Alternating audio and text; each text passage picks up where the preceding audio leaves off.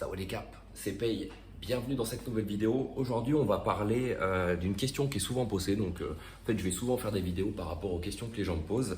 C'est Pay, combien il faut que je mette de produits sur ma boutique pour avoir un maximum de trafic et que je sois le plus optimisé possible en SEO.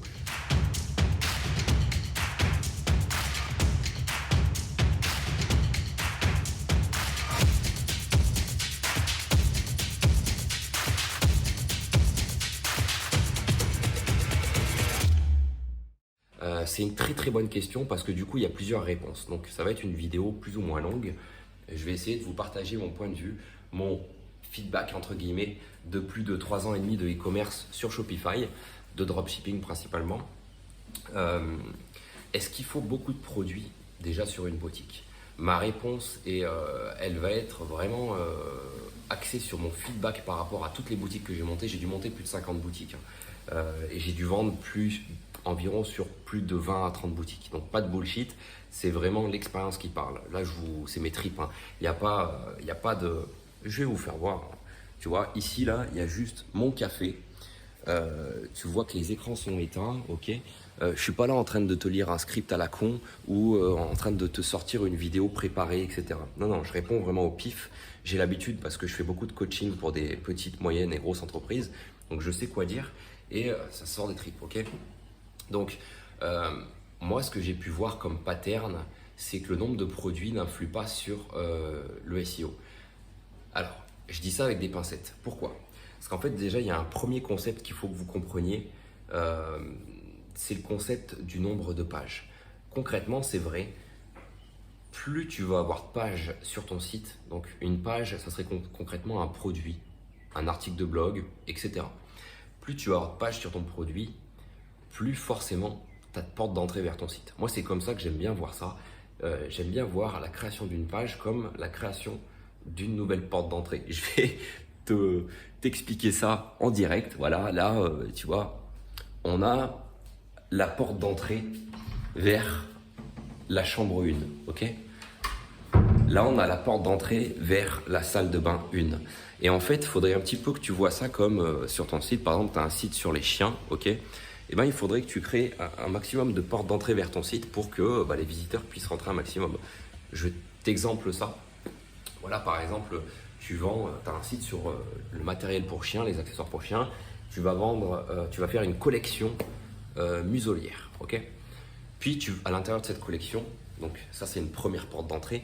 À l'intérieur de cette collection, tu vas avoir la muselière noire. Tu vas avoir la muselière en caoutchouc. Tu vas avoir la muselière en cuir. Tu vas avoir la muselière en latex. Bon, le latex, je suis pas sûr. Là, je pense que je m'inspire trop de mes sites plus 18. Mais voilà, tu as compris le truc. Forcément, si tu crées plus de portes d'entrée, tu as beaucoup plus de possibilités d'avoir plus de visiteurs. Mais il y a un truc qui est important pour continuer la partie imagée. Il y a le côté taille de porte d'entrée.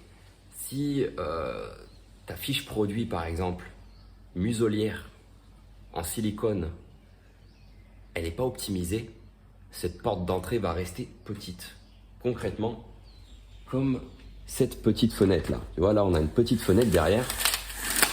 Merde, j'arrive pas à faire le truc. Bref, on a une petite fenêtre et forcément, si tu fais une fiche produit avec 50 mots, hop là, si tu fais une fiche produit avec 50 mots, pas très optimisée, etc., la porte d'entrée va rester petite.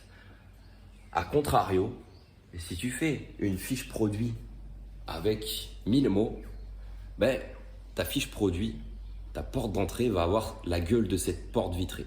Voilà, c'est aussi con à expliquer que ça. Et c'est très simple à comprendre, du coup je pense que tu as décoincé, que tu as tilté. En fait, c'est pas que est-ce qu'il faut faire un maximum de produits, c'est il faut faire un maximum de produits et l'optimiser le mieux possible, ok? Donc, il y a plein de facteurs en fait, et du coup, ça serait pas une réponse universelle, mais je peux te dire que finalement, à faire le choix entre 1000 produits avec 50 mots dans ces fiches produits et entre 20 produits qui ont, eux, 1000 mots dans la description avec des photos, des vidéos, etc. Je préfère les 50 produits avec les 1000 mots et les photos et les vidéos et les gifs, ok? c'est l'optimisation, c'est l'expérience utilisateur qui fait que ton site explose. Par exemple, je prendrais le site mainviking.fr que j'ai revendu 30 000 €. Je le prends souvent en exemple parce que je ne peux pas prendre tous mes sites en exemple, hein. Il y en a que je possède encore et qui me rapportent beaucoup plus, mais je ne peux pas vous donner les sites parce qu'il y en a beaucoup qui vont essayer de faire du copier-coller bête et méchant de ce site-là. Malheureusement, c'est dommage, mais je sais que beaucoup vont faire cette erreur-là. Donc ça ne sert à rien de vous donner 40 000 exemples. Ce site-là, je devais avoir peut-être 100, 200 produits. Je suis ranké premier sur le marché francophone dans la mythologie nordique sur les Vikings. J'étais le premier à l'époque où j'ai vendu ce site-là. Bon, plus maintenant, la personne qui a racheté le site n'a pas optimisé toutes les parties que je lui ai dit de faire. Bref, c'est pas le sujet de cette vidéo. Mais pour conclure, non, le nombre de produits n'influe pas forcément sur le trafic. Parce que Google le dit, il y a des pages qui ne sont pas forcément optimisées sur ton site. Et ils l'ont dit, on vous invite du coup à nettoyer vos pages. Parce que forcément, si tu as 1000 pages et que tu n'as que 50 qui sont visitées régulièrement, il faudrait que tu fasses le tri, que tu supprimes les pages qui ne sont pas intéressantes ou que tu les améliores. Ça ne sert à rien en fait d'avoir des pages pas intéressantes. Ok. Donc, vraiment, c'est super important. C'est la qualité du contenu que tu délivres. Ce n'est pas le nombre de produits. Donc, faire par exemple, rentrer 1000 produits bêtement en mode usine en faisant par exemple du spinner du texte. Ok. Alors pour ceux qui ne savent pas qu'est-ce que le spin, spinner c'est par exemple faire une description. Ok. Donc par exemple, admettons qu'on soit dans la collection Bag Viking. Tu vas faire un texte de 50 mots qui va te dire voilà cette magnifique bague viking en argent avec un symbole viking. Ok. En fait, le spin, c'est qu'en fait tu vas venir automatiquement générer 50 fiches produits à partir de cette fiche produit. Du coup, tu vas très peu travailler, mais du coup, tu vas pouvoir sortir 50 fiches produits différentes. Parce que, par exemple, le mot-clé bague magnifique, il va être changé par anneau somptueux.